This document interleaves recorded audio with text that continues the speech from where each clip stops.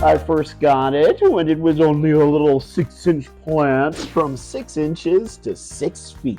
She has continued to grow so tall. Then 8 feet, followed by 10. And now she is a whopping 12 feet tall. 12 feet tall. I'm going to show you how to help make your plants reach new heights. It's really important to make sure that this plant does have stability, plus grow lights galore. There's one right there, there's one over there, and 2 back there. Which are the best and which ones you'll want to stay away from. But first, it's time to climb, starting right now.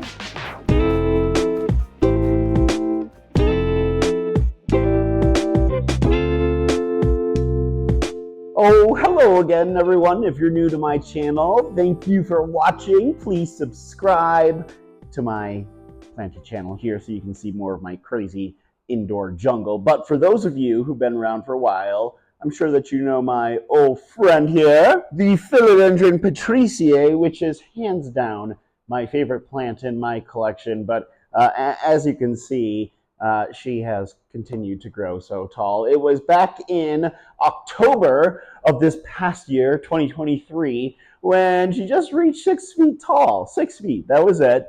And then fast forward to January, when she went from 8 feet to 10 feet, and we had to install some more support.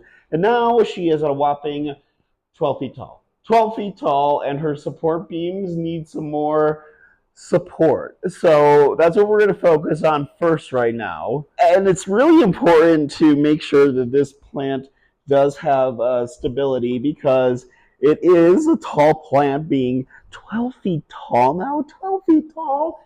And I was able to, back in January, connect like a 10-foot pole to this plant, which really helped out a lot, but still it was kind of wobbly. And I don't know if there is going to be a direct answer to whether or not I can ever fix that problem, but you know what? We're going to give it a shot right now, because I have these things right here, which are literally just your run-of-the-mill spikes. They're plastic, but they're tough. I got them at Lowe's, and they were super cheap, so I figured why not give them a shot. And we'll need this ladder for a minute, so we'll just put her over here, over hither, and yeah, see how it's kind of like wobbly? It looks like kind of the Leaning Tower of Pisa.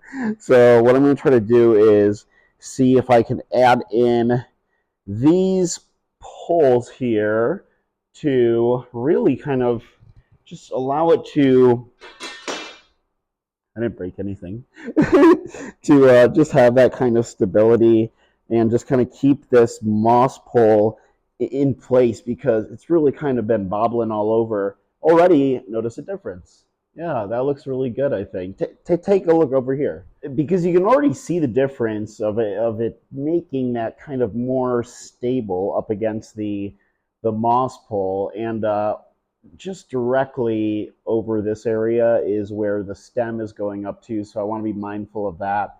But I don't feel like one is going to make the difference. So here's the one I accidentally dropped on the ground. Let me just get a wider view to see how we're doing. Okay. It's going to need it on this side still. And I'm thinking, because I don't want to disrupt the stem, that maybe I put it along, probably right alongside of it. But I'll probably put it at an angle, this one.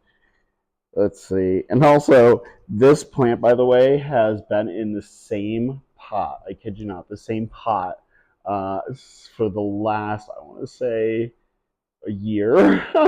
So it's going to need a good repotting this summer, simply because when I did take it out of its last pot, I mean, it was really, really root bound. And my thinking is that it's probably even more so root bound, but you know, that's a summer project to deal with, not a spring project at this point.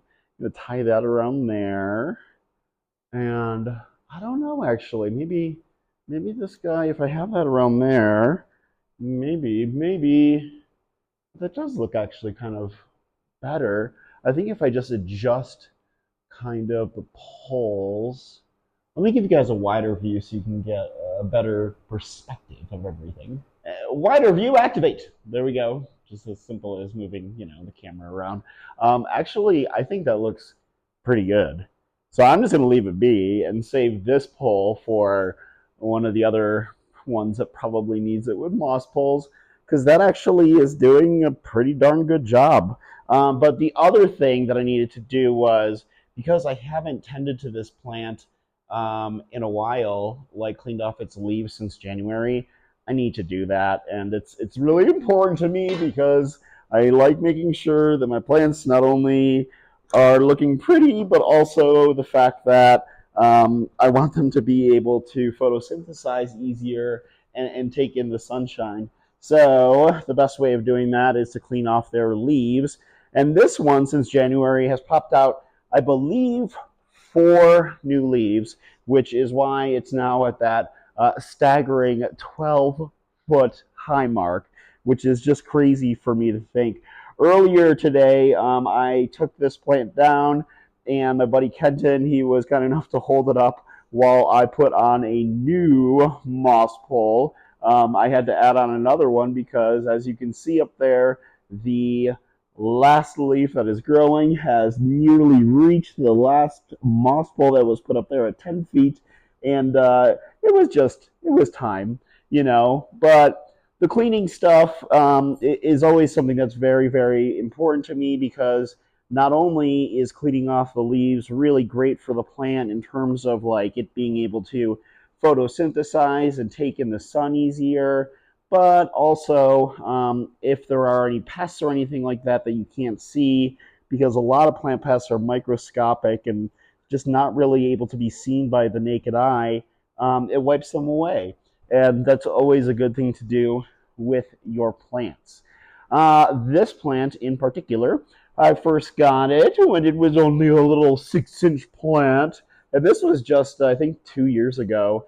And since then, it has just thrived in these conditions. So the conditions that I have in my loft here in downtown Denver, my urban jungle. And those conditions are pretty much just good lighting, even though I have western-facing windows only. So it's not the best lighting during, the winter, the fall. But towards spring and summer, the sun comes in here really well.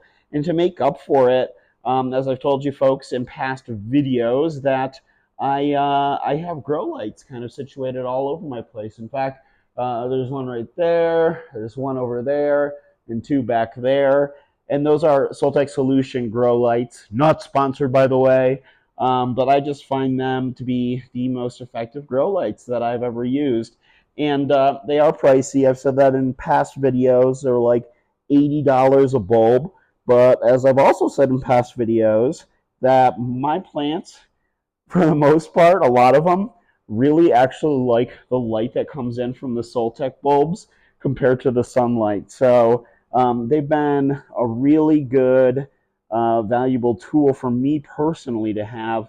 And I'm curious to know in the comments below, if you wouldn't mind telling me, what grow lights do you use, and what kind of effectiveness have you seen, if they've had any, on your plants? Because I'm always looking and just curious. And when I first started my plant journey, I would get those cheap grow lights off of Amazon, and I still use them today. In fact, there's a lot of them that are in the back over here in this area behind the main zone, shall we say, main zone of my urban jungle. And I like having them back there because they do provide some sort of support for the plants that are back there, especially this time of year, without getting too much light. But overall, though, when I first started using them and trying to use them on like really rare plants, not much success. My plants didn't really care for them. They were just kind of like a pain in the butt. And I also really am not a fan of grow lights that are purple or pink. I kind of like that natural look, the bright or the tan type of calming variety of grow lights. And so, yeah, I love to clean off my plants' leaves, and I try to do it with most of them, and I get to them at least once a month. And so I feel bad for this girl, her being my favorite plant, and not getting to her until right now since January, so she needed a good cleaning, that is for sure. And so it is a good cleaning that she shall get. After all, she is my favorite, the Philodendron patriciae, discovered scientifically, at least, by Dr. Thomas Grote, the famed Dr. Thomas Grote, botanist and tropical plant expert. He found this in the Chaco region of Colombia, where it is native to, and he named it Patriciae after his wife Patricia, which is really adorable. So this plant, in nature or under the right conditions, its leaves, as you can see, they have kind of like these oval lance-like vibes to them. They grow these ruffles that you can see right here on the leaf, and they are so gorgeous.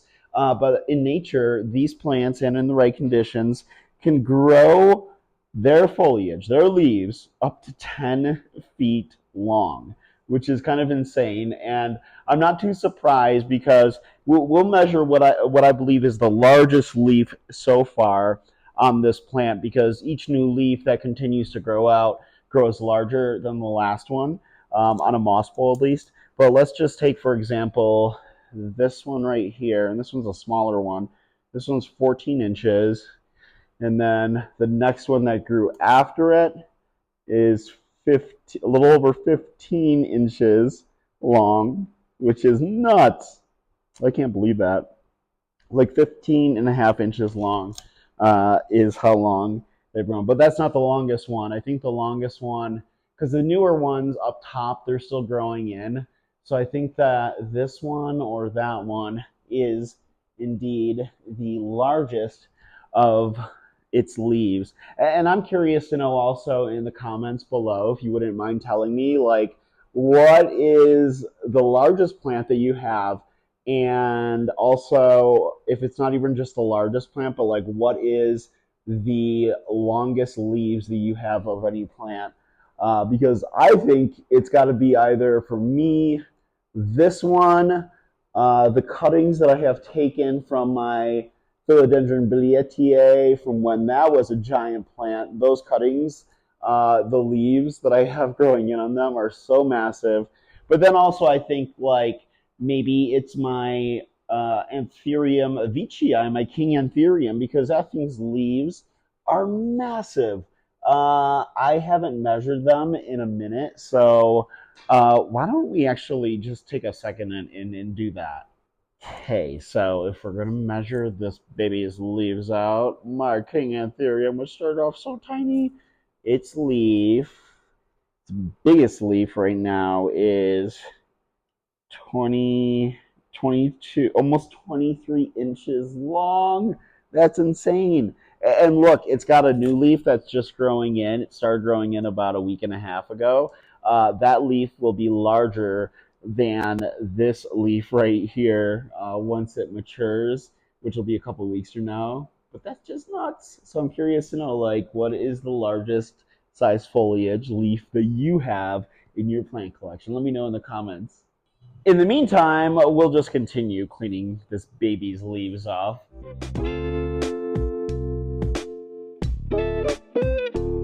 Okay, now that all of its main leaves are now cleaned, all of its leaves, I should say, I believe that this might be its longest leaf so far. This one's still maturing though, so it could be this one, but let's take a measurement here, shall we? Let's see. We've got 15 and a half inches. So that's 15 and a half inches. That one's still growing though.